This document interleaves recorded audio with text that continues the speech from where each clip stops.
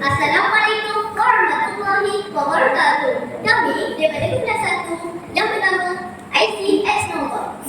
Kami semua bersepakat untuk memberikan nama ini kerana IC melambangkan kesabaran dan ketenangan kami dalam bulan ini.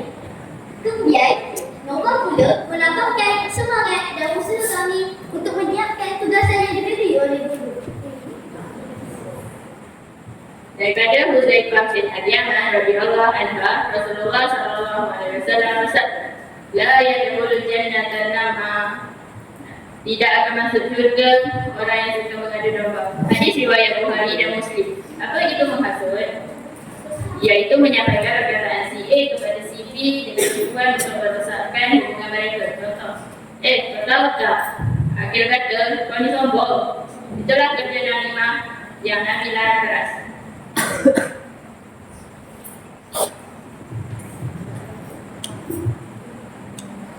Mengapa menghasut ini bahaya? Ada 3 sebab. 1. Bahaya di dunia. Persahabatan 10 tahun boleh hancur sebab satu ayat. Kelas jadi tak aman, warga pun bergaduh. 2. Bahaya di kubur. Nabi pernah dalam 2 kubur. Baginda kata salah seorang diseksa kerana suka mengadu domba. 3. Bahaya di akhirat. Hadis jelas kata tidak akan masuk syurga. Na'udzubillah.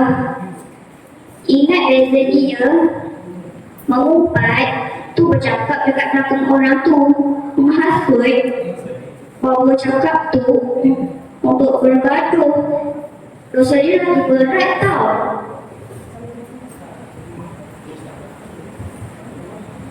Jadi, macam mana nak dapat hasutan? Amalkan teknik 3. Nombor 1, tutup mulut dan telinga.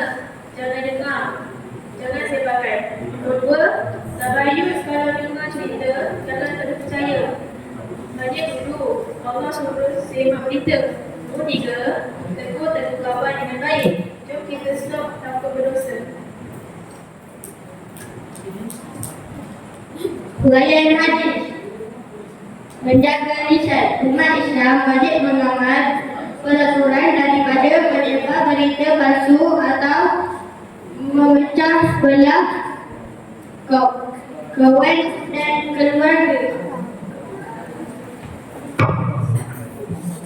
Kedua, bahaya adu domba.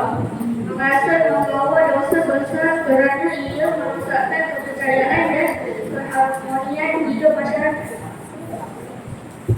Dan yang terakhir, membentuk akhlak. Mendidik diri supaya menyebarkan kata-kata yang kata-katanya baik untuk mengharmonikan pihak yang berkasih hati dan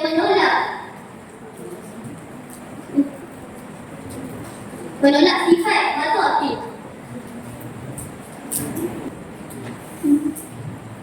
Aduh, sakit perut dah nak tahan dah.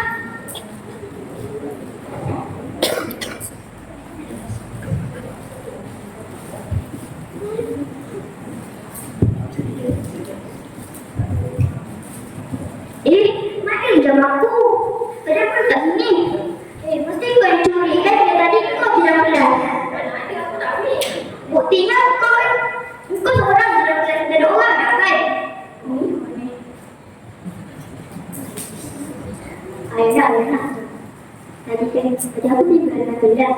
Aku tinggal jam aku kat dalam kelas ni kan? Lepas tu, masa aku masuk, jam aku hilang.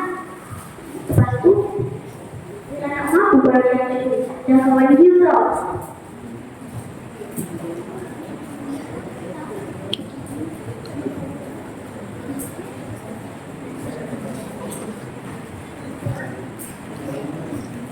Kesimpulan dia ini ibarat api. Kalau tak ada kerja, marilah kita sama-sama jaga lisan kerana syurga itu mahal dan menghasut boleh menghalang kita